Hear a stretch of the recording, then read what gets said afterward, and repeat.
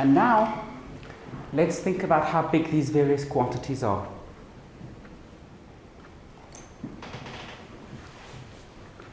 Okay. There's our formula. We want to start plugging in some numbers.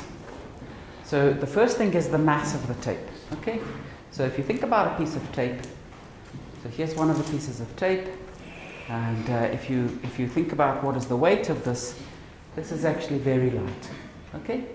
So I'll tell you what I estimated it as, and you guys can tell me if you agree or not.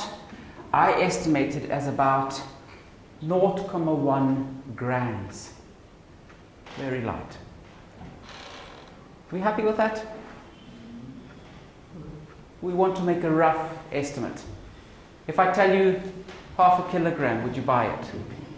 No.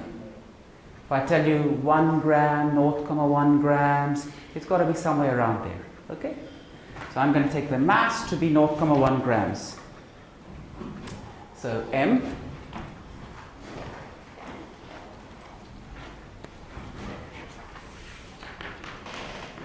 is 10 to the minus 4 kilograms. What is G?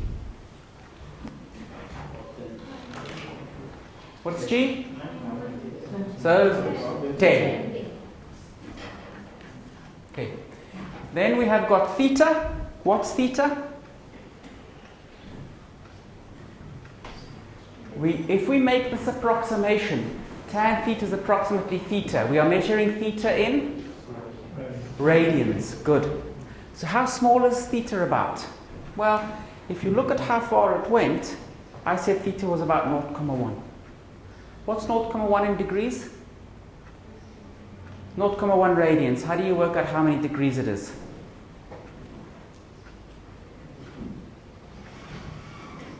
What should you do? To turn 0.1 radians into degrees, what should you do?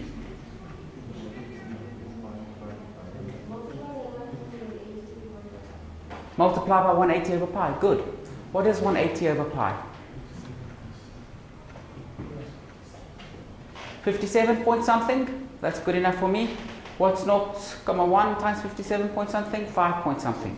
So about 6 degrees. Does that sound right for the amount that the tapes moved by?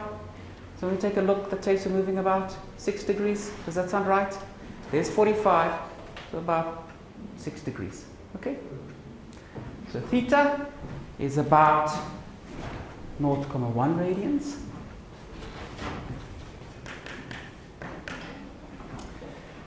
Then we've got 4 pi epsilon naught. So, does someone remember what is 1 over 4 pi epsilon naught? 9 times 10 to the 9. So, as physicists, that is 10 to the 10. Good. 10 to the 10. And then we have got r squared. Okay? So, how, at what distance did the tape start to move? So I guess maybe 5 centimeters. Okay? So you bring the two tapes within 5 centimeters, then they're repelling. Would you like another number, Alzara? We can take another number. You tell me what number you'd like. You like 5 centimeters? Is everyone happy with 5 centimeters, or does somebody want something else? 10 centimeters? Okay, happier with 10 centimeters? Okay, good. So let's take R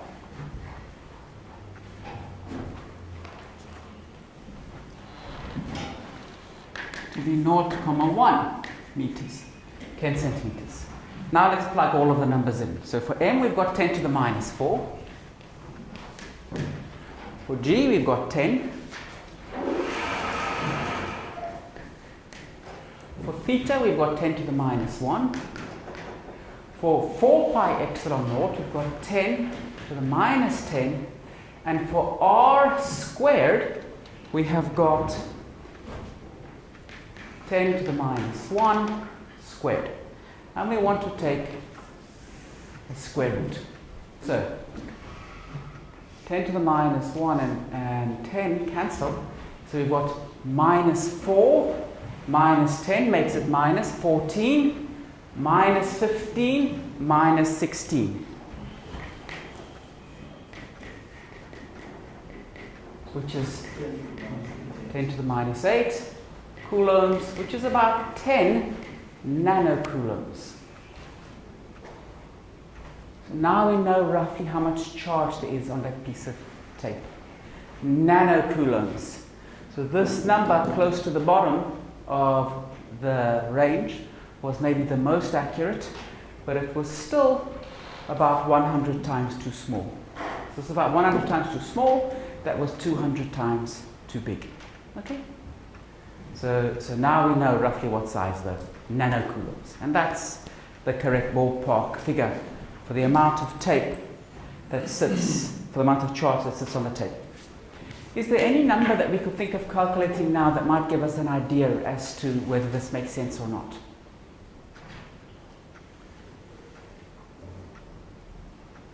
So one of the things that we can do, you guys were thinking about the piece of tape, and we can think about the area of tape, and we could estimate how many atoms there are on the area of tape. And then we could estimate how many atoms would need to lose an electron to build up this charge. If every atom has to lose 3 electrons, would you believe your answer? No, that would be crazy, right? If every atom's losing 3 electrons. That would just seem nuts. I mean, it's not likely that an atom will lose an electron, so we'd like to know how many atoms sitting on the surface of the tape have lost an electron. And we'd expect the fraction of atoms that lose an electron to be very small. We want it to be a rare thing that an atom loses an electron. So let's try to work out how many atoms need to lose an electron to explain this charge.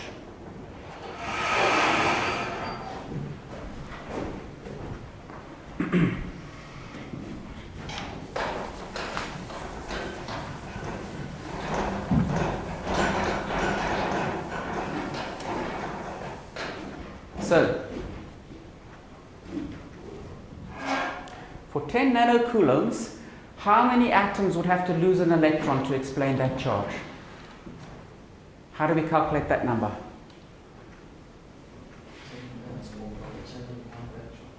Good. So we'll make an assumption.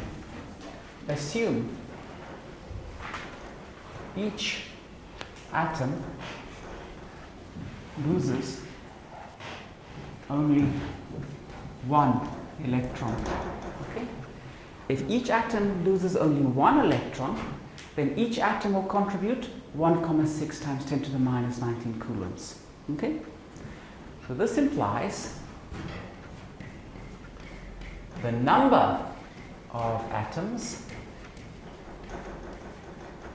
losing an electron is, we'll take that charge, 10 to the minus 8, so that's the charge that we just calculated, and we'll divide by the charge of 1 electron.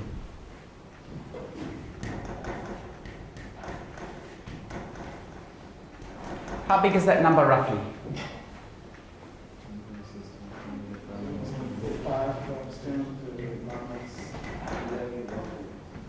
Good. So let's write 10 to the minus 8 is 10 times 10 to the minus 9. What's 10 over 1.6? About 5, because that's about 10 over 2. So something like 5. Times, what's 10 to the minus 9 over 10 to the minus 19? 10 to the 10.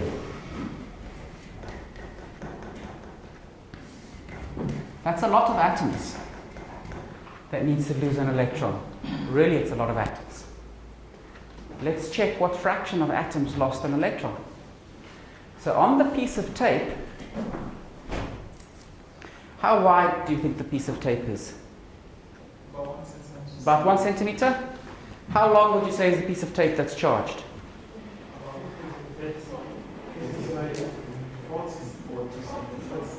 40?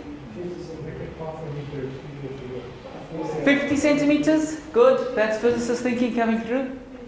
Should we make it 50 centimeters? Yes. Okay. So the area of tape that loses, the area of tape with our atom that could lose an electron is 1 centimeter by 50 centimeters.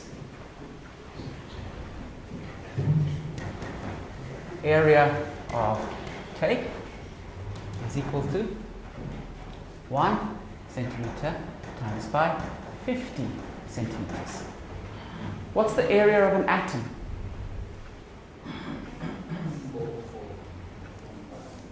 Okay, let's not worry about 4 pi. So it's just r squared. How big is r? 10 to the minus 10. So how big is the area? Over the area of an atom, which is about 10 to the minus 20 meters squared. This is 10 to the minus 2. That's 5 times 10 to the minus 2. So this will be 5 times 10 to the minus 4 meters squared over 10 to the minus 20 meters squared. What is this equal to? 5 times 10 to the 16 atoms. So that's how many atoms could have lost an electron. Okay? So on the surface of the tape, there are roughly this many atoms. And to explain the charge that we saw, that's the number of atoms that lost an electron. Okay? So the fraction of atoms that lost an electron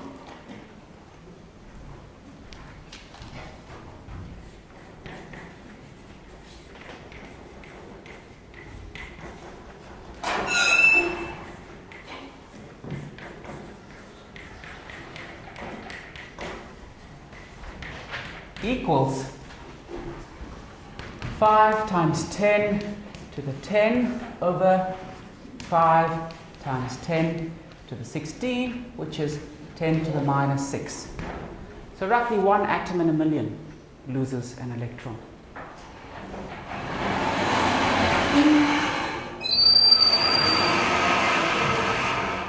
So about 1 atom in a million. And that makes sense, you know, atoms want to hold on to their electrons. So it's not going to be a very common process for an atom to lose an electron. Okay? One thing I find amazing about AIMS, or this experiment, so I only do this experiment here. I don't usually do it back home. But every year when I come here and we estimate the numbers, okay, sometimes you guys get unhappy with a certain number, so we change it. We finally plug the numbers in. Every year when I've been here, whenever we estimate that fraction, it's about 1 in a million. So that seems to be a pretty robust number. Okay, I think that that's just about spot on. Good. Okay. Any questions on that? So that's the first example of something physical that we calculated. Okay. You could kind of double check your number by finding the ionization energy and seeing how much work we did. Ah, so let's think about that. So what other quantities could we calculate?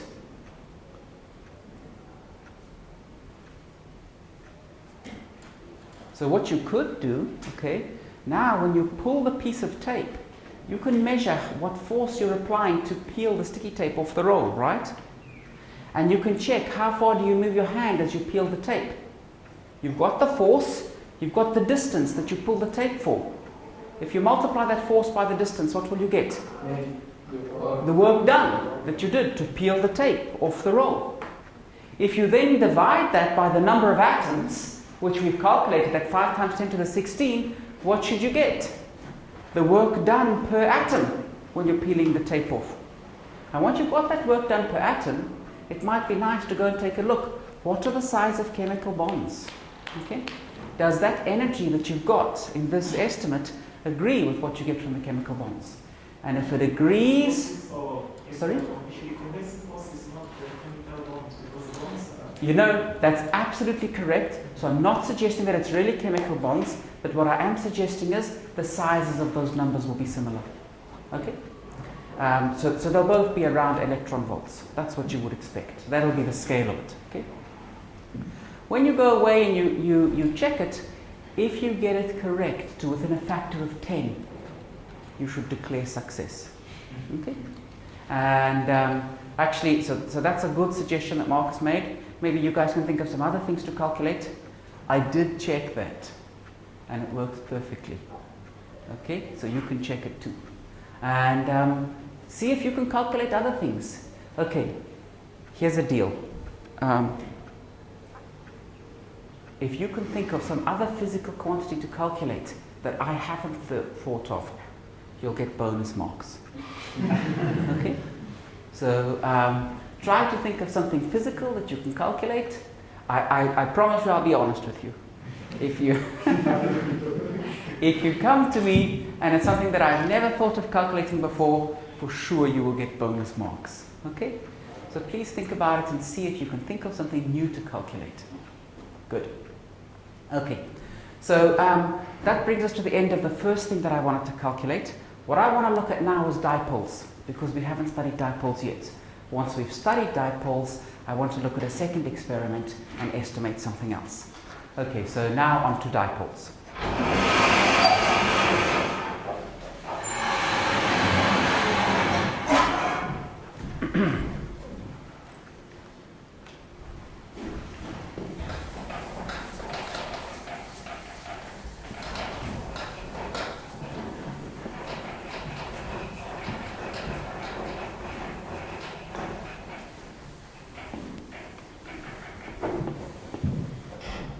So when we talk about a dipole, we have the following idea in mind.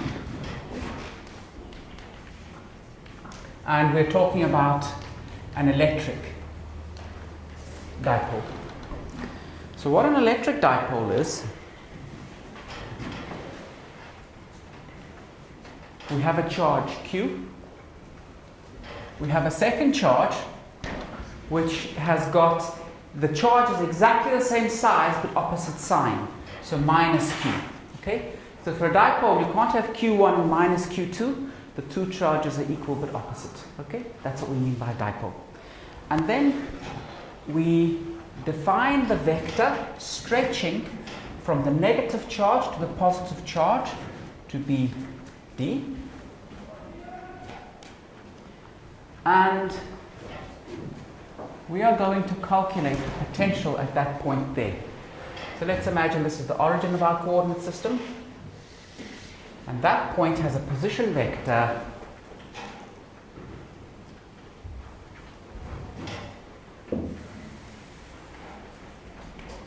R. Okay? I would now like to know what is V of R.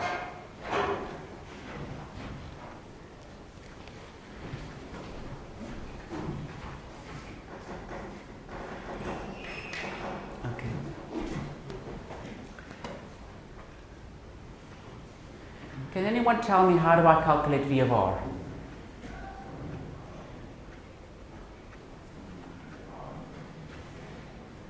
It's this opposition. You have to either first of all get the potential created by each of the charges at that point, which will be the superposition of the charges. Good. Or you could look for the electric field created by the first charge or from the second charge. Very good. Okay. So let me just recap two facts that we're going to use. The first fact is the following. Remember that we had F was equal to Q times by E. The relationship between F and E here is a linear relationship. And we said because it's linear, we went through a whole story and we said if F obeys the superposition principle, so does E. We're now saying the potential, if you remember we introduced that in the last lecture, E is equal to minus the gradient of V. Okay? This is again a linear relationship. And because of that, V will also obey the superposition principle. Okay? Are you guys happy with that, or should we do a little proof? Happy with that? A proof? Okay. So imagine that you have E1, which is minus the gradient of V1. Okay? And then you have E2 is equal to minus the gradient of V2. This could be the electric field, say, of that charge, and this could be the electric field of that charge. What's the electric field of the sum of them? E1 plus E2. So E will be E1 plus E2, and this is equal to minus the gradient of V1 minus the gradient of V2, which we can write as minus the gradient of V1 plus V2 because now there's a linear operator. Happy with that? So the potential also satisfies the superposition principle. So to get the potential for the dipole, we need to take the potential for Q and add that to the potential for minus Q. Everyone happy with that? Good. Next thing, can someone tell me what's the potential for a point charge?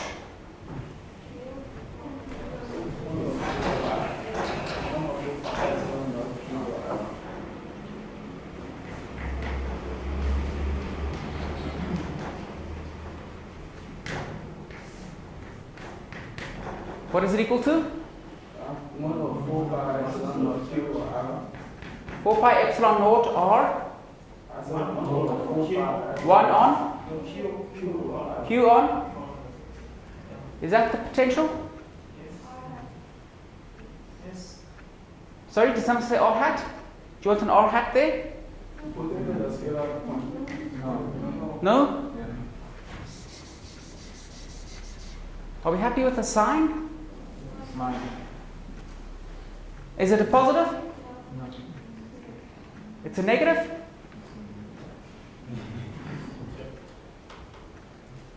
Is it a positive or a negative? I think that's positive. Okay, so far I heard, I think it's a positive. How are we going to check it? How do we tell whether that should be a negative or a positive?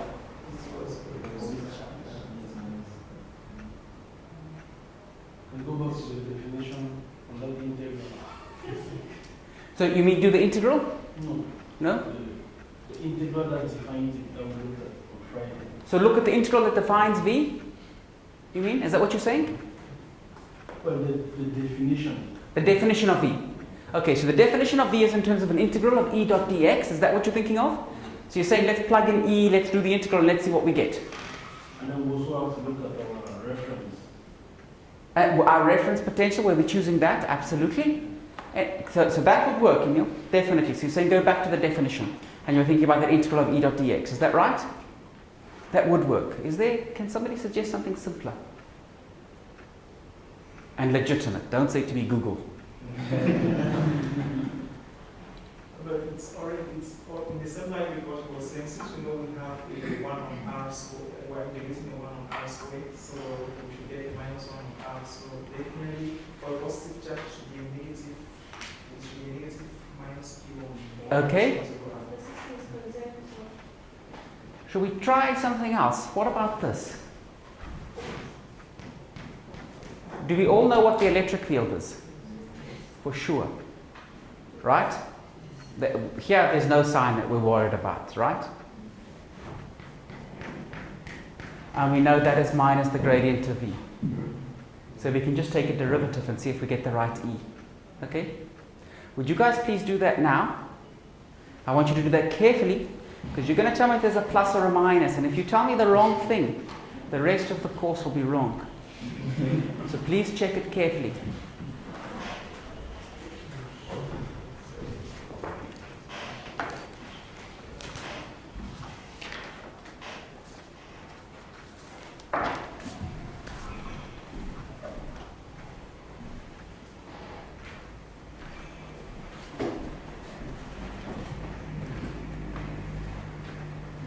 Is it a plus or a minus that sits there?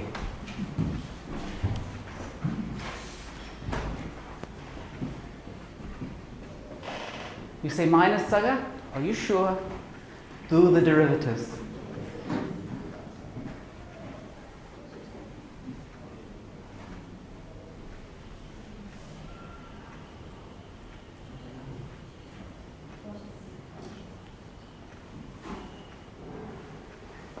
Did you do the derivatives?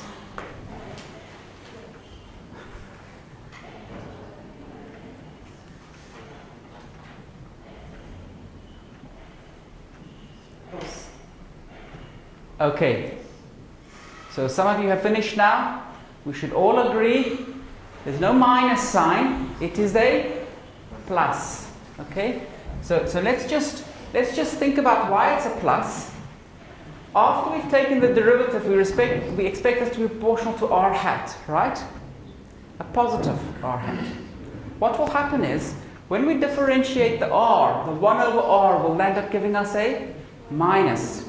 But that minus will cancel with that minus, so that we get the correct electric field. Okay? So the field for the point charge has to be a plus. Okay? If you've checked it and got it already, that's great. If not, please check it and make sure that you're happy. It has to be a plus. Okay? Good. So now I want to write down the potential using the fact that that's a potential for a positive charge. So what do I need? Actually, I need to know the distance from the charge to the point at which I'm measuring the potential. Okay? So let's put in two more vectors.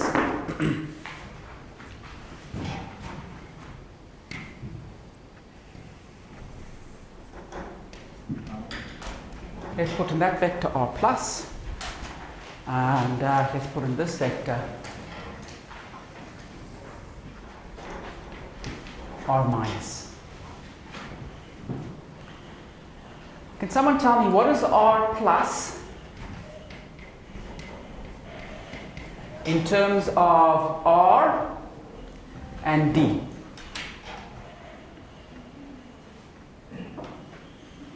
R squared plus d over 2 squared. Okay, so I want r plus itself as a vector, not the mod of r plus. I think you're telling me the mod of r plus. What's D on R minus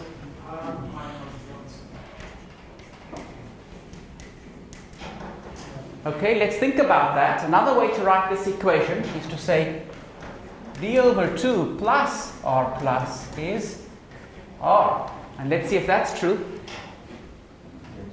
There's d on 2. So add that vector to r plus.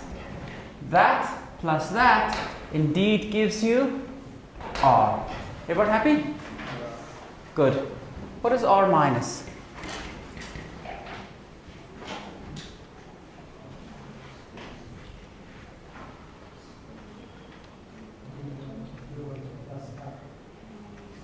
d over 2 plus r is indeed r minus.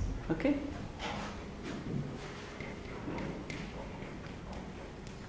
Good.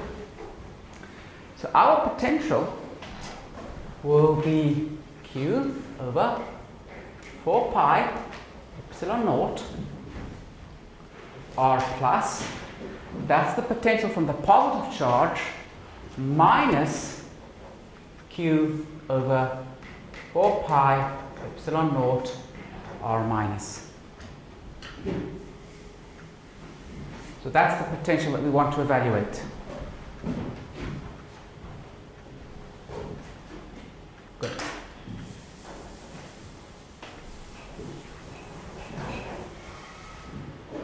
Now, in typical situations that we want to apply this formula, the reason why there is a dipole, so let's talk about why a dipole arises, okay? The reason why a dipole arises is, think about this piece of wood, say. Inside that piece of wood, there's a whole bunch of atoms. They're all neutral. So you have a picture of a positively charged nucleus, and you have an electron cloud around that positively charged nucleus. What we then do is we apply an electric field. So we might put in, say, a positive charge over here. What will a positive charge do to the electron cloud? Attract it. What will it do to the nucleus? Repel it. Who's going to move the most? Electron cloud. Electron cloud. So in actual fact, I'm going to exaggerate this. This is what we'll get, something like this. Right? This side will appear negative. This side will appear positive. That's what our dipole will look like. D, the distance between the two charges. How big do you think this will be about?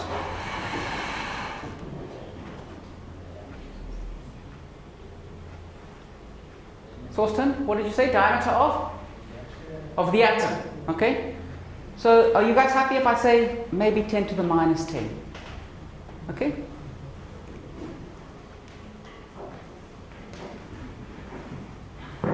So maybe 10 to the minus 10 meters. When we apply this charge, we want to study an actual experiment. So we're going to be centimeters away from the atom. Okay? So this distance,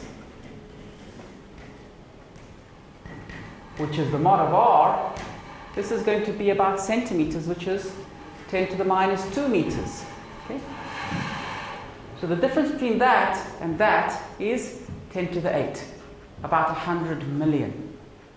So in this formula, the mod of r is going to be about 100 million times bigger than the mod of d. So when we start to study this formula, we can always assume that d is going to be much smaller than r. Okay? So d is much, much smaller than r. I think we'll take a break to stretch our legs, but when we get back, we're going to expand this formula and simplify it with the assumption that d is much, much less than r. So maybe when you're stretching your legs, think about how we're going to build in this assumption.